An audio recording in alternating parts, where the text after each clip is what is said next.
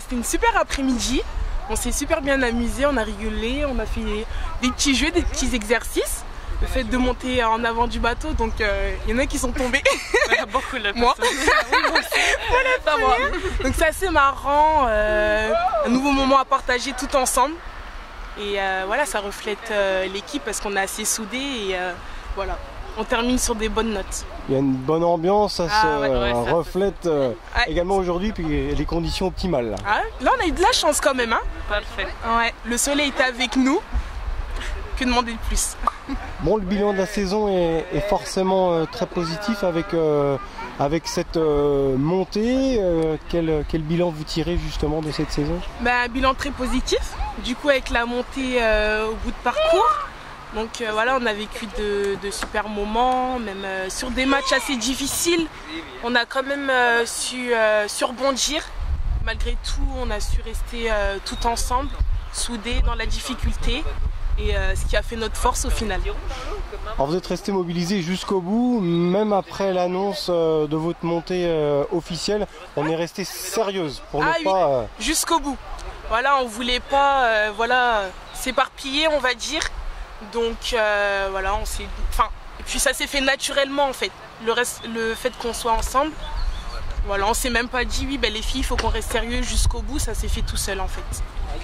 Voilà, on s'est pas éparpillé, il y a eu cette victoire contre Strasbourg qui était assez aisée finalement. Ouais, c'est ça. On s'attendait plutôt à un match assez difficile parce que voilà, à l'aller, c'était assez tendu entre les deux équipes, c'était un gros match, ça jouait des deux côtés. Donc voilà, on s'était préparé à un match difficile et au fin de compte, on a bien... Ça s'est bien passé. Ouais, ça s'est bien passé, on a su jouer à notre niveau, donc c'était cool. À quel moment vous avez pris conscience que vous aviez largement le potentiel pour monter, même si les ambitions étaient affichées? C'était un peu l'objectif de l'année dernière. Ouais, c'était l'objectif. Et l'objectif c'était de monter en élite dans les 3 prochaines années et au final ça s'est fait cette année, donc tant mieux quoi. Et l'année prochaine on tentera de se maintenir quoi en élite, ça serait cool. On verra bien si ça fonctionne ou pas. Bon, les entretiens ont déjà démarré, tout le monde reste, est-ce qu'il y a des départs? Quelles sont les dernières informations? Les entretiens n'ont pas encore commencé, donc apparemment on devrait en avoir la semaine prochaine. Donc on verra bien qui reste. Après c'est sûr, je pense qu'il y aura des départs. Ouais. Bien évidemment, le groupe il va changer, mais voilà, on n'est pas encore sûr. Il faut renforcer sur quel poste? C'est plus au niveau du banc.